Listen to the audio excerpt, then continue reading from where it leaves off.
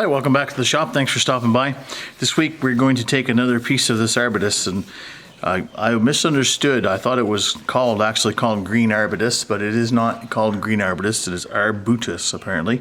So it's actually just called Arbutus, and green is the condition of the moisture content, so it's wet. Did a lot of reading up on it since I did the last piece, and I guess it's pretty easy to crack when it is wet. And so I'm going to turn this very thin, and the good people who gave this to me were curious about what it would look like colored, so we're going to maybe do a little airbrush on this afterwards.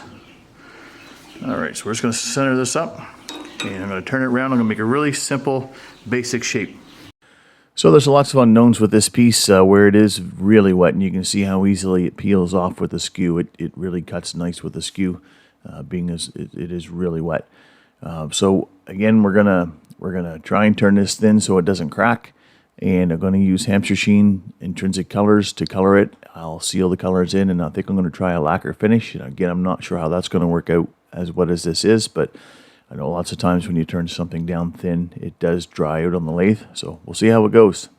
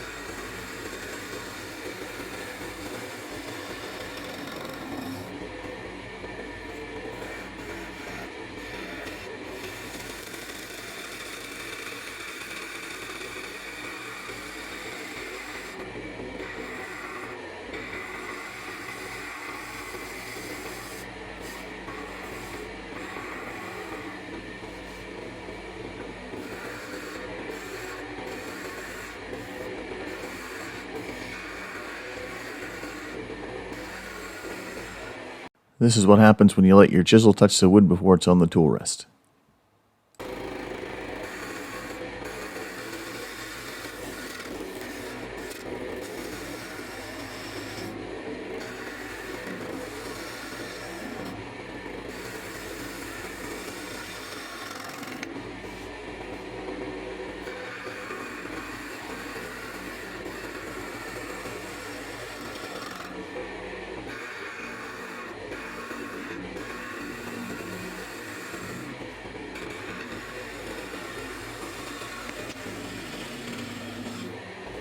I went over and put a new edge on my skew on the Pro Edge, and I really like how that works with the diamond belt.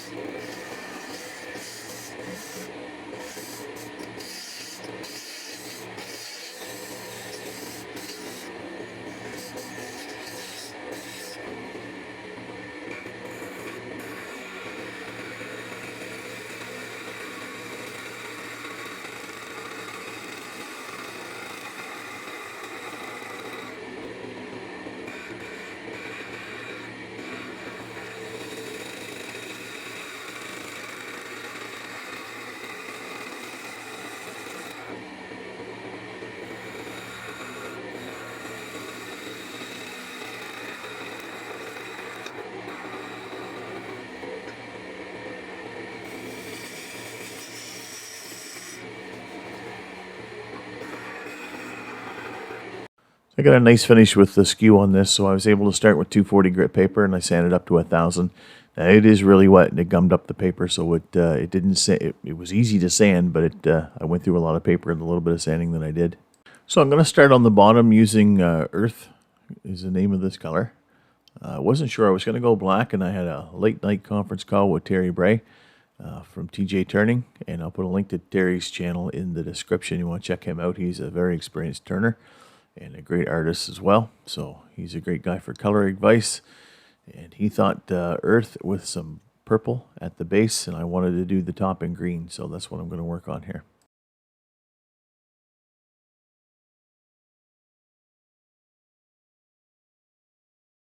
Now I'm going to start adding the purple to the bottom.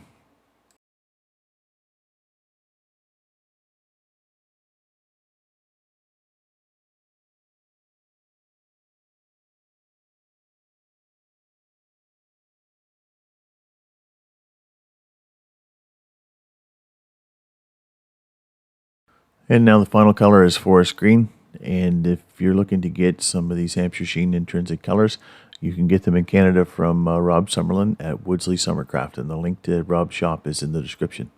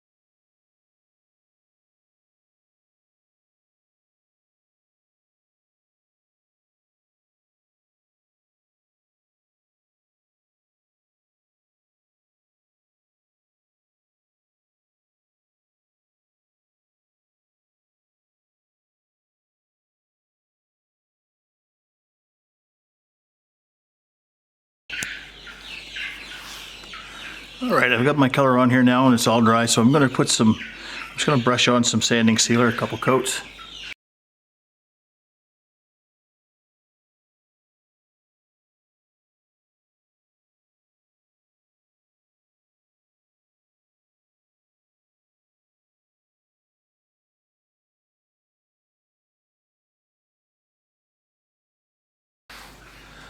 All right, so I've got 2 coats of sanding sealer on this now. I'm not sure how that's going to turn out, but regardless, I'm going to hollow out the inside now. I'm going to drill it out first, and then we're going to cut it nice and thin, so hopefully it won't crack. You see there's a little run there that's starting to harden up now, but I can fix this after the fact.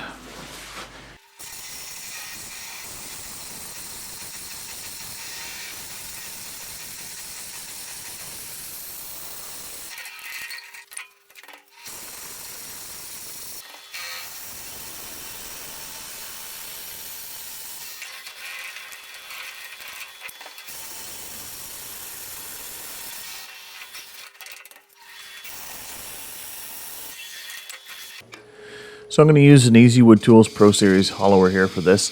I know people want to see more hollowing, but really it's really hard to see. And actually when you get farthest down into the piece, if you can see into it, I can't see into it. So there's really no way for me to set a camera up where I can see into the bottom to do what I need to do.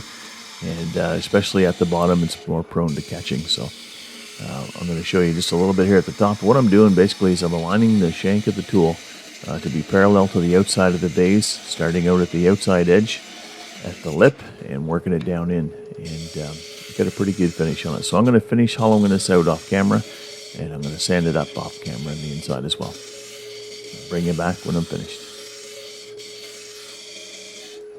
Alright, so I got a really nice finish here on the inside now, and I think I'm just going to put a clear lacquer spray on the inside of this, and I think I'm going to put a lacquer spray on the outside too. I'm just going to knock back the sanding sealer starting with 500 grit paper, and then I'll resand the outside back up to 1000 again. I won't show you all of that. Once we get that finished, we can start putting some lacquer on the outside.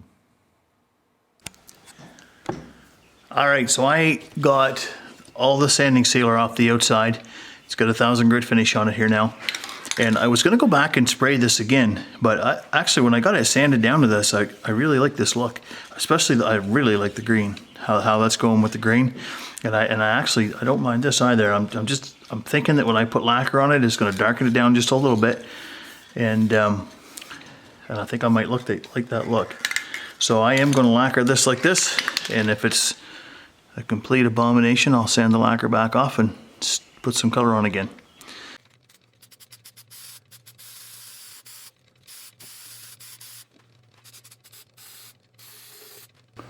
So I'm going to let this go, put several coats on it. I think it is going to be okay, actually. We'll see how it turns out. I'll bring you back when I've got the last coat on and I'm parting it off.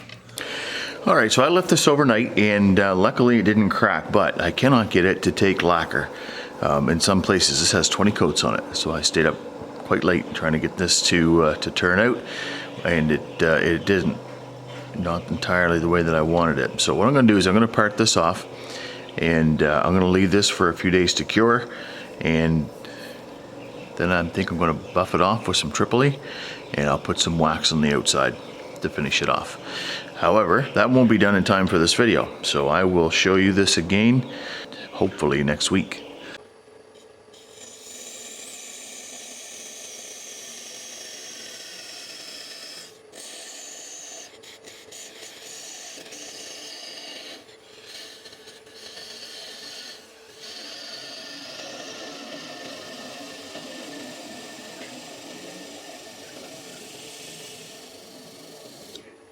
The nice thing about this wood, it does part off really clean.